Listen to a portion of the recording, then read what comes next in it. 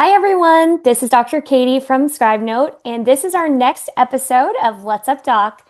Today, I have a special guest with me, Suzanne Thomas. She is a licensed veterinary technician and a district manager for a corporate company. Also has a ton of experience in leadership in veterinary medicine. And so today, we're going to chat a lot about many really, I'd say, hot topics going on right now. Welcome, Suzanne. Hi, thank you so much for having me. You're welcome. Can you maybe start off by telling us a bit about yourself, how you joined the field and all that jazz? Actually started my career, if you will, in retail and was in retail management for a handful of years. I managed a bunch of different stores, was a multi-site leader, and then had what I jokingly call a quarter life crisis and decided I wanted to be a veterinarian and went to school pre-vet, and then halfway through started working in a clinic that was really, really lucky to work in because it had all of the things. It was a hybrid hospital, so general practice, specialty, and emergency all wrapped into one. So I got really early on, got experience and exposure to a lot of stuff and noticed and realized that I really liked the nursing care. So changed from pre-vet to vet tech and got a bachelor's in veterinary technology, came out of school and immediately started working in oncology and was there for about 6 years and then kind of fell into leadership again because I had twins and needed a change in schedule, and the manager schedule worked better with my life. And so it just kind of also fit with my history and background. So fast forward to where we are here, back into multi-site leadership and helping managers and technicians and really anybody who is interested in leadership hopefully lead better. It's always really nice, I think, to have people in leadership roles that actually have experience, right? Like, Yeah, and I lean on that a lot. I think that I tend to lean on the fact that I have that clinical background. I always go in when I first meet people into clinics and I'm like, guys, I'm an LVT. So at the end of the day, I'm here for the pets. I my job, right, is a business leader. I'm an operator and the business side is always going to be important. But at the end of the day, I understand both sides. And mhm. so I'm in a unique position Yeah. because of that. I can talk business, I can talk what's going on the floor. I can talk to each person or each, division, if you will, and understand each side. So it's been really helpful for me to be able to relate to whoever I'm talking to in whatever situation I'm in, which has been really, really fun. Yeah. Yeah. Yeah, it sounds like that's a huge advantage. You also have a company. So, as well as doing your master's, what are you doing that in? The master, so I originally something people will learn about me very, very quickly. I have ADHD. And so I almost finished my master's in accounting because I was like, that's what I'm going to do. And then realized that that's not fun. So I switched to business. So it's an MBA. Yeah, which makes sense with what I'm doing. But Mhm. yeah. And that's, I mean, that's amazing. Good for you for kind of going back after twins and finishing up. I'm sure it's fairly exhausting to wear all of those hats. Yeah, yeah. I had to pause after the kids. I had to make Yeah. the smart decision after taking a exam 2 days after giving birth that I should probably pause. And so I did, but I'm going back. I'm gonna finish it up. I don't have that many credits left. So we're gonna finish the MBA, have the MBA, and Good for you. That's yeah. amazing. I'm sure that will help like a little bit. You're a founder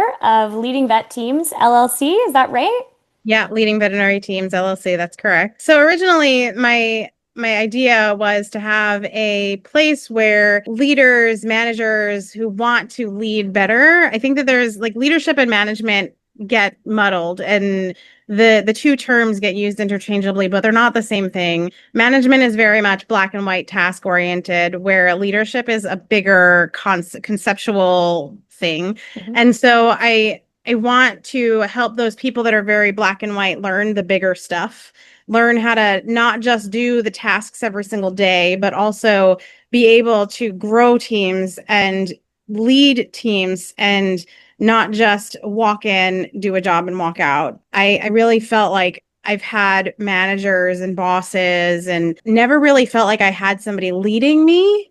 And I felt like there's something missing. There's a gap there that I know how to fill, and I want to be able to fill that. And so started this like brainchild of mine as a way to kind of maybe create some courses and maybe create some masterminds, and it's kind of redirected over the last year or so to more of a having a podcast and possibly doing some courses, but more coaching and mentorship than anything. Because I think that it's great to learn something on a computer and in a mastermind and in a course, but actually talking to somebody and working through the thing has been more beneficial to people that I've been talking to. It seems to be more the way that feels right. So I've been leaning more into the mentorship and coaching of managers who want to be leaders. Amazing. Well, I think that honestly makes a lot of sense, like that individual approach, because people are so different in their personalities. There is not really a one size fits all course, right? So to be able to take your knowledge and apply it to somebody else individually makes way more sense to me. And Yeah. it sounds like your approach to it is so holistic, right? You're not just looking at like one piece, you're looking at kind of the whole picture, which I think is sometimes really what's missing in this field. It's like, we're numbers driven because of business, but like there's people involved. You have to have more than just like blinders on, right? So, yeah, I think that's amazing. It allows me to talk to more than just one type of leader or one type of Mhm. manager. And because I'm a technician, right? It also allows me to have access and the ability to impact those people who maybe don't realize that they have, even though they don't have a position title that says that they're a leader, but they want to be, or they have interest in that, or they maybe, again, don't have that title, but have some influence within their hospital. It allows me to have that kind of space to be able to have those conversations. There's companies now that have veterinary nursing leadership, right? And so, and we're seeing more of that, which is fantastic. Mhm. But there's not a lot of training, there's not a lot of resources, there's not a lot of veterinary specific stuff for the veterinary technician or veterinary nurse that teaches them how to be leaders. There's the CVPM, there's stuff that's for practice management, but there's nothing that I've found that's really for the technician. And so it gives me a broader scope because I also have that experience being in their shoes. Even though I'm not in their shoes today, I've been there and I Mhm. know what it feels like to be that technician who's then also in charge of a department. I was an oncology lead, right? And so I've kind of been there and I know what's missing. And so being able to have that opportunity and that ability to talk to those people also, I think is helpful and something that I'm really interested in doing. So Yeah, yeah, I think that sounds like you hit the nail on the head with all of that. Like you really have a great understanding of both sides, and yeah, I think it's so awesome that you're bringing this to the veterinary field because in my mind, I could not do my job without my technicians. Like absolutely not. They are the backbone of the hospital, and we've recently. So I'm in Ontario, Canada.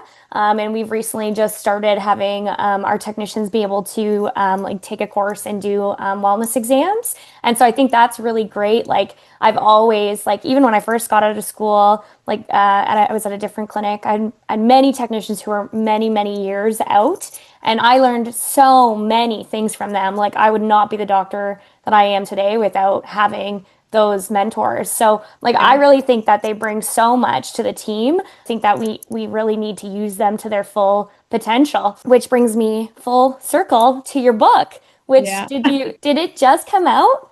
So I published it in the beginning of the year or the last week of December. I can't remember the exact date, which is silly. I should probably know the exact date, but it was a very typical Suzanne fashion in how this came about. It started as an email to someone in my company that got too long, so I turned it into an article that got too long, so I wrote a book.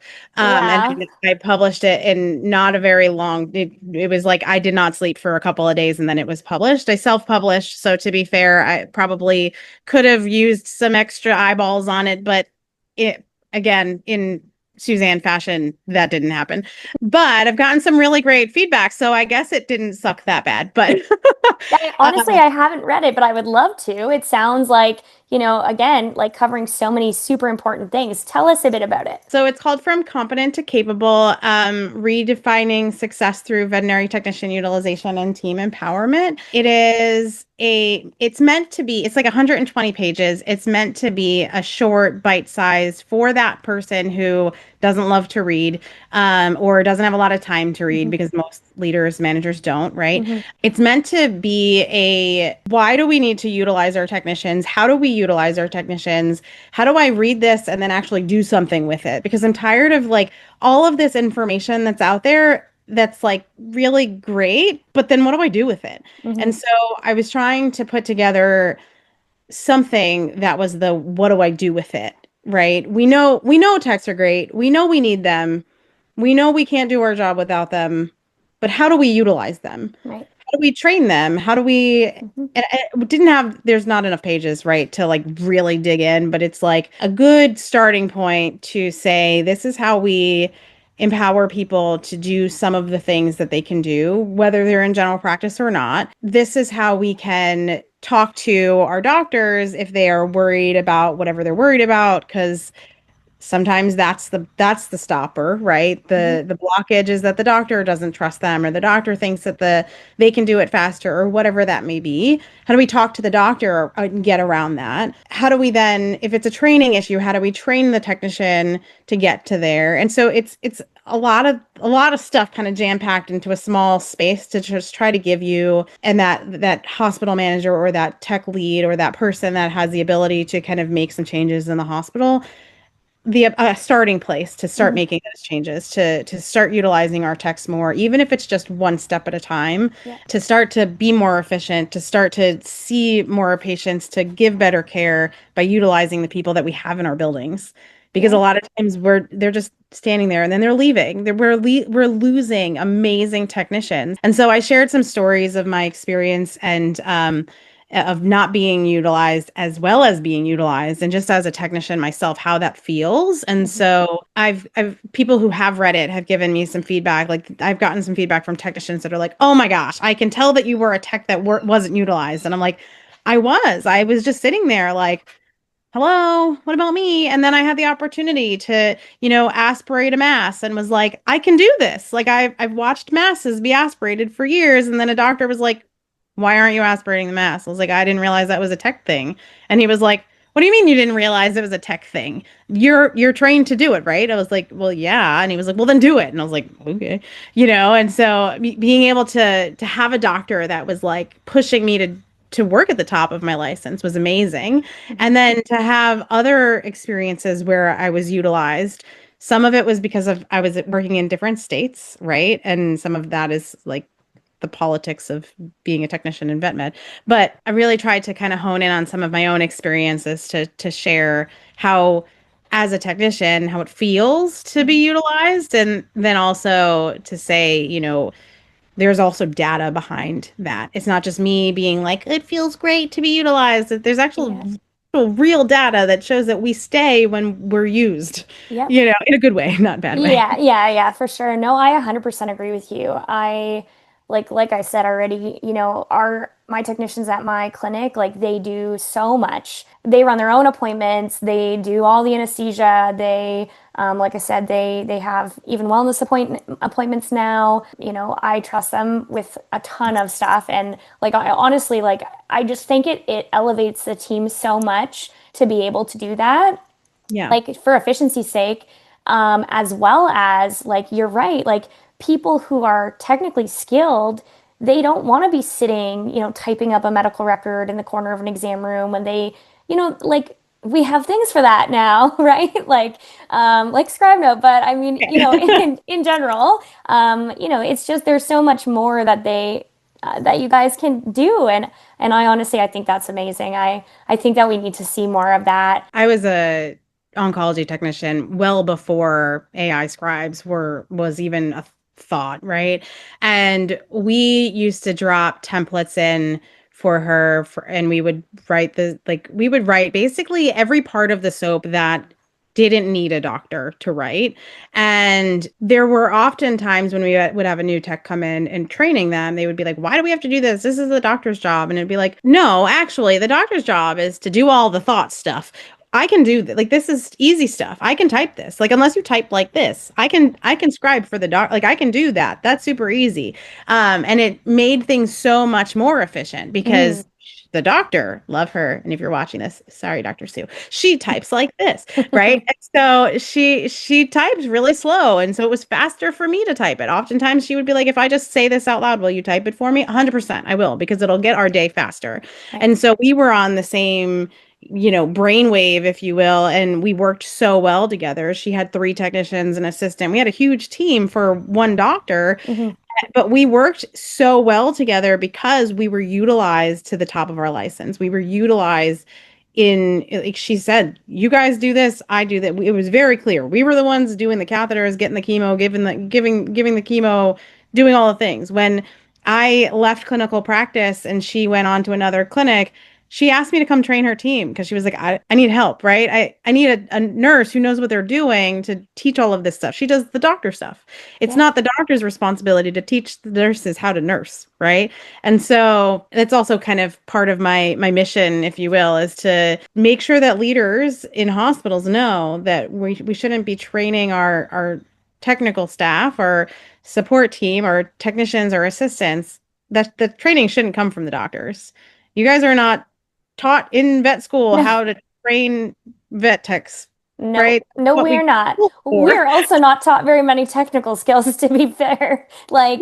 Like I learned a lot of technical skills from technicians out of Right. school, like once I was out, right? So, and I have worked at practices where if you've got like, new grad technicians where like there's really not a ton of support, which is too bad because you guys have to know so much. In writing the book and in the things that I talk about online in on social media and in my mentoring and all of that, the biggest drive home message, obviously I'm a technician, so I'm like it's at my heart, but it starts with the leaders, Mhm. right? Leadership, and leadership doesn't always start with veterinarians. I think that's also sometimes misunderstood that the veterinarian, unless you are the practice owner.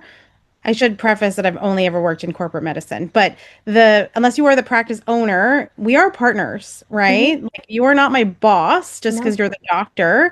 You are like my boss is the corporation that I work for that cuts my check. You are the doctor that we work together as. If I'm the technician, you're the doctor, we are partners. Mhm. And so even as a medical director, right? Like you're the leader in the hospital, but you're the doctor. You're unless you own the place, you're not, right? Like, and Yep. so I agree. the it's to me, it's important that we all understand kind of that hierarchy of the doctors at the top is a little bit Yeah. wrong. I agree.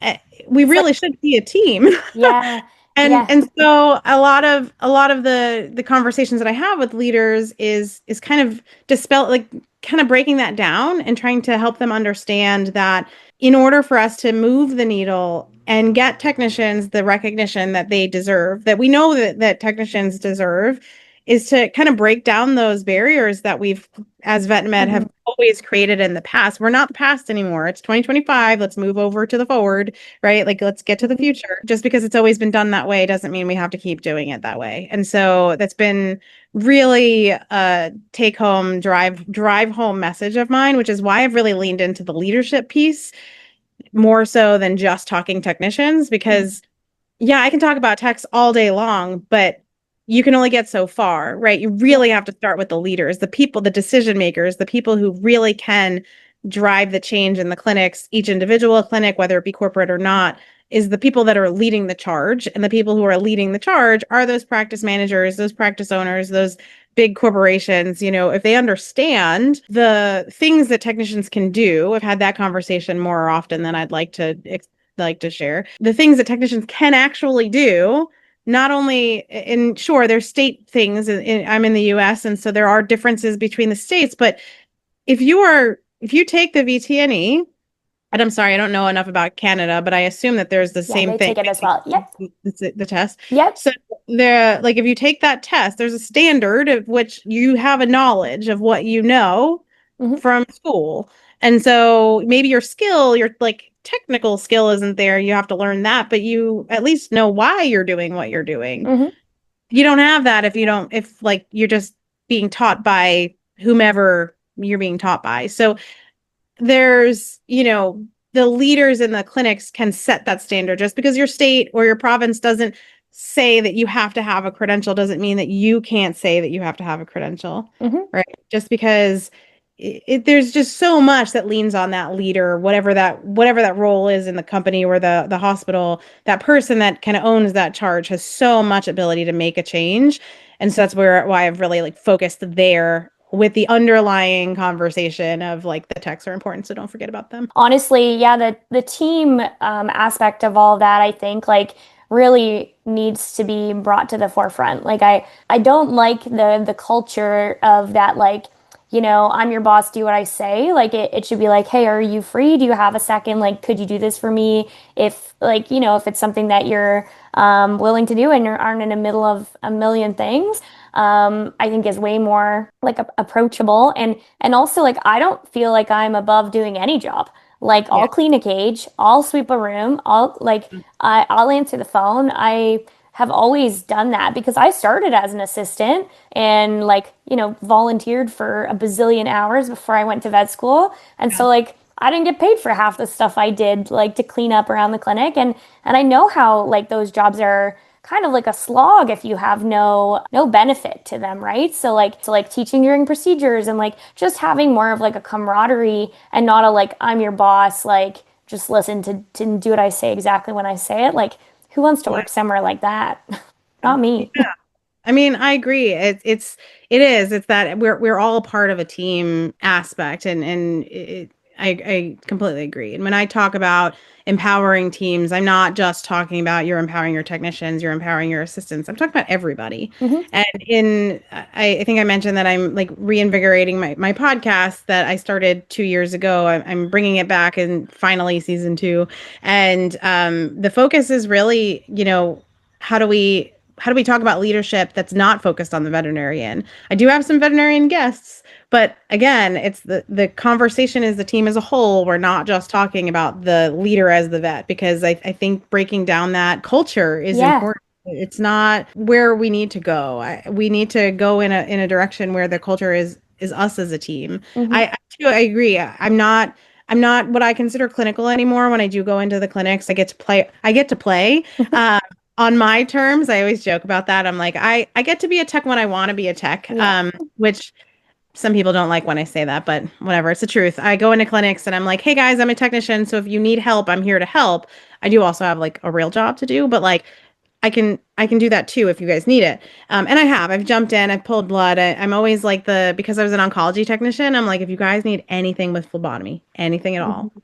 I I'm bet your guy. you're amazing at catheters That is too. what I enjoy. Yeah. So like, I don't want to do all the other stuff. Don't put me down for anesthesia. I can Hmm. do it. It's just not where my heart lies.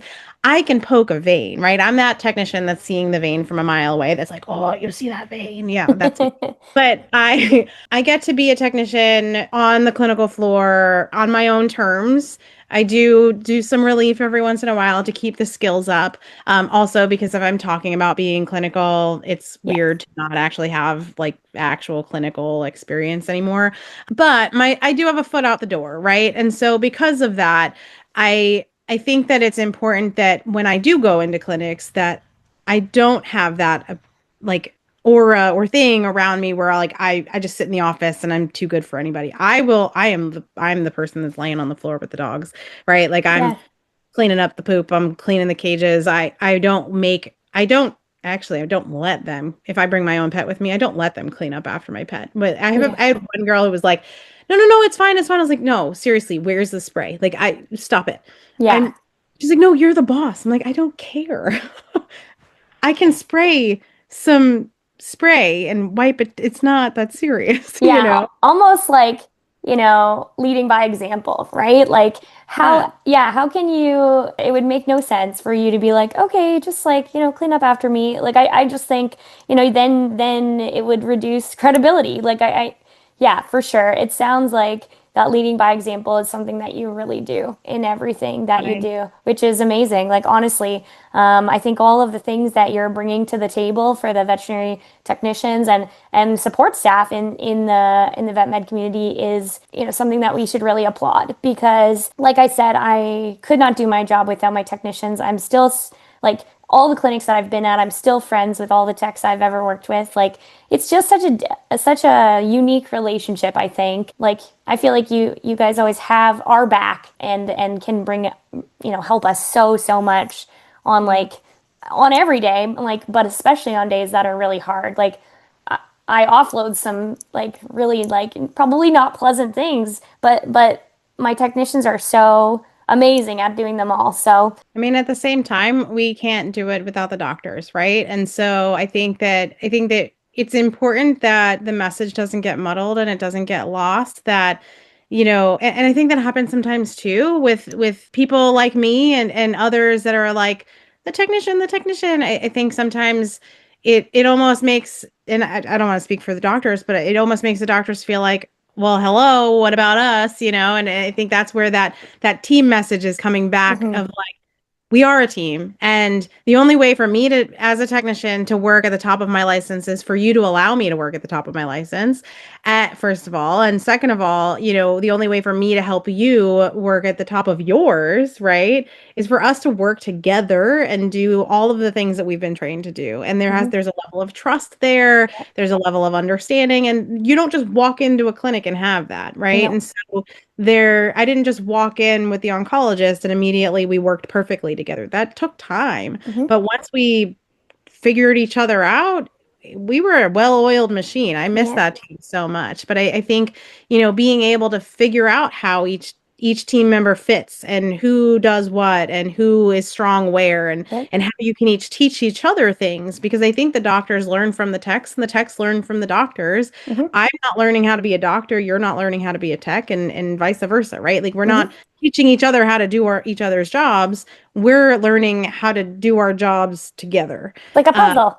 yeah, 100%. And instead of that like chaos that I see sometimes when I go into clinics where the doctor is like, I just need to get things done, and they're, just jumping in and doing stuff. I'm like, sometimes you have to slow down to go faster. You have Yeah, these bodies, right? These humans that are sitting here like, I'd really love to do that blood, but the doctor won't let me. And I'm like, well, you have training, right? To do that. And they're like, yeah, but the doctor is faster, so they do it. And I'm like, no, this doesn't work. So, mhm, it's having that conversation, me as the leader coming in, having that conversation and saying, sometimes we have to slow down. I know you don't want to. I know there's other pressures, right? But sometimes we have to slow down, let our teams learn and get those however many sticks it takes to get proficient in something so that then we can move faster. And mhm, so those are conversations I have all the time. But I think our leaders aren't always comfortable having those because of that hierarchical thinking of mhm, doctor. If the doctor is upset, then the doctor owns the thing and whatever. But we're a team, and so mhm. if we remember that we're a team and we're working for the same goal, which is patient care, I Yep, hope, uh, certainly is. then I do really hope that the message continues to go in that direction. More people get on board with that message, and really that's what I'm trying to do is really just have more of an impact with people hearing that message and not just hearing it, but then going to work and practicing it Yep, and trying to have the conversations and changing their thought process around that hierarchy and who owns what a leader is, and how do we actually move people towards positive change mhm, versus that like them versus us stuff. yeah, And even bringing the receptionist into it, like we're all a team, mhm, right? Like, we can all do this together. It's not, I talk very much technicians, doctors, because that's my experience, but yeah. really when we're talking team, we're talking everybody, the whole clinic. Yep, yep. I think that is so necessary for the future. I really do. I think like, we've got higher pet ownership than ever before, way more information available to pet owners than ever before. And we need teams that are empowered to like provide, excellent care in all of them, right? I think like training is so important and interested to maybe pick your brain on how you think, we could start offering that better training to teams. I do think that there's going to be some differences between what is available to people based on, where they work. But Mhm. um, I do think that without getting too specific, I do think that corporate medicine or corporations have a unique position for a various amount of reasons, Yep. usually financial, to be able to fund or at least maybe not completely fund, but at least have some resources to help our technicians or people who want to become technicians move towards training that is not off the back of the doctors, right? Whether that is within learning management systems that are within the company, whether that's mentorship programs within the company, whether that's leaning on outside resources like Mentor Vet Tech and things like that, whether that's creating their own. I know there are some corporations out there that have their own training programs and maybe having more of that. I love that there are partnerships with schools like Penn Foster. I love that that exists.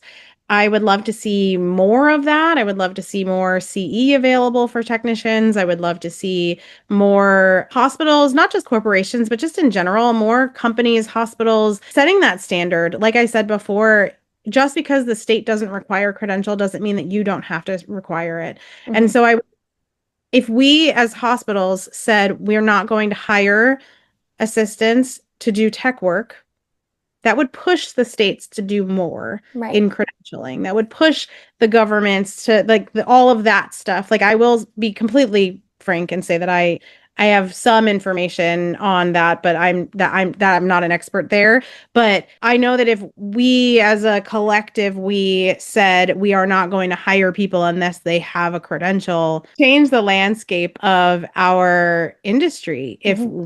we as hospitals and I know that's hard, right? Because from a business perspective, the other side of things, it's cheaper to have the assistant do the stuff.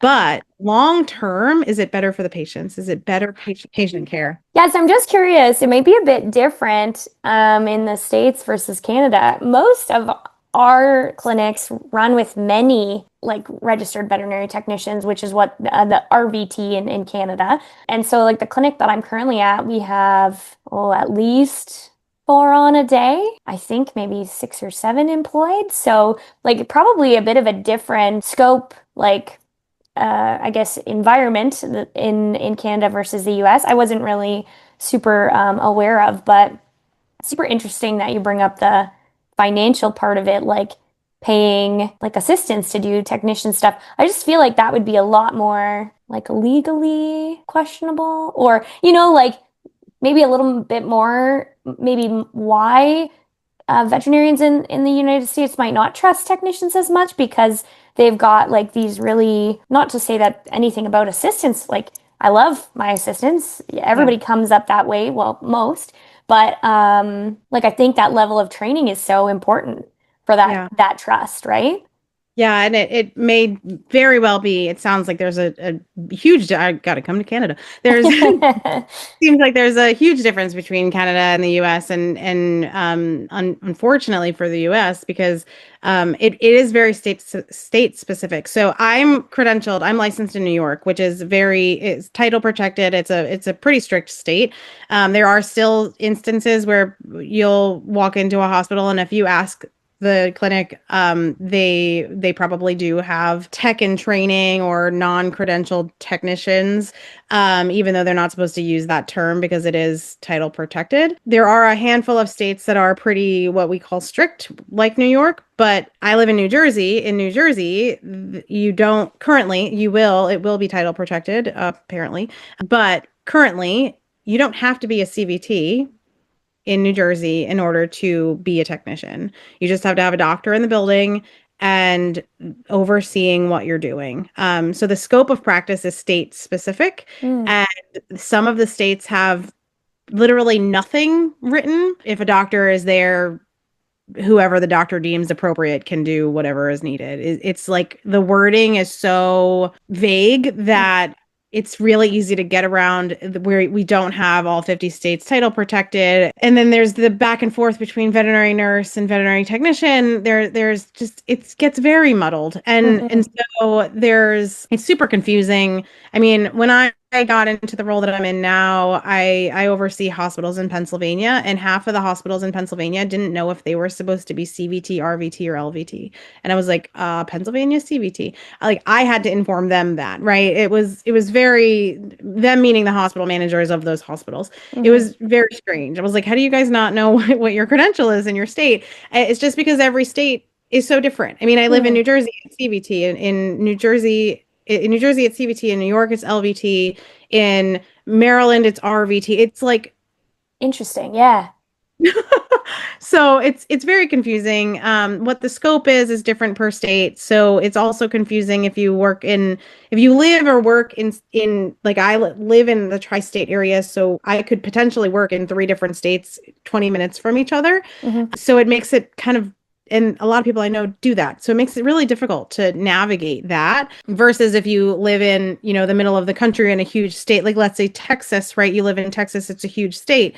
You're probably not driving to other states to work, but it's very confusing here. Mhm. Um, and I do find that there are, at least in my experience, again, in the Northeast, might be very different from other places in the US, but in my experience, not necessarily in the corporation that I currently work in, but in others that I have worked in, there's a lot of, hiring of someone who they can pay less to do the same job that's Mm. trained by a doctor or on the job trained, if you will. And don't get me wrong, I have worked with some on the job trained technicians that are probably, if you were to put them in to take the VTNE tomorrow, they would pass it with flying colors because Mhm. they have done all the CE and they want to learn and they know all of the things and they've done like the school of hard knocks, if you will. Yeah. And I've also worked with some on the job trained technicians that are like they don't know how to calculate Serenia because they're like, I don't know, my doctor told me how to hold and I can poke a vein and what's a cephalic vein and where's that? And it's like, oh God, Yeah. and so Yeah. and that's what when I talk personally about my feelings about credentialing and not credentialing, it's that standardization of Yeah. knowing at least where I sit, right, at my job, at my level.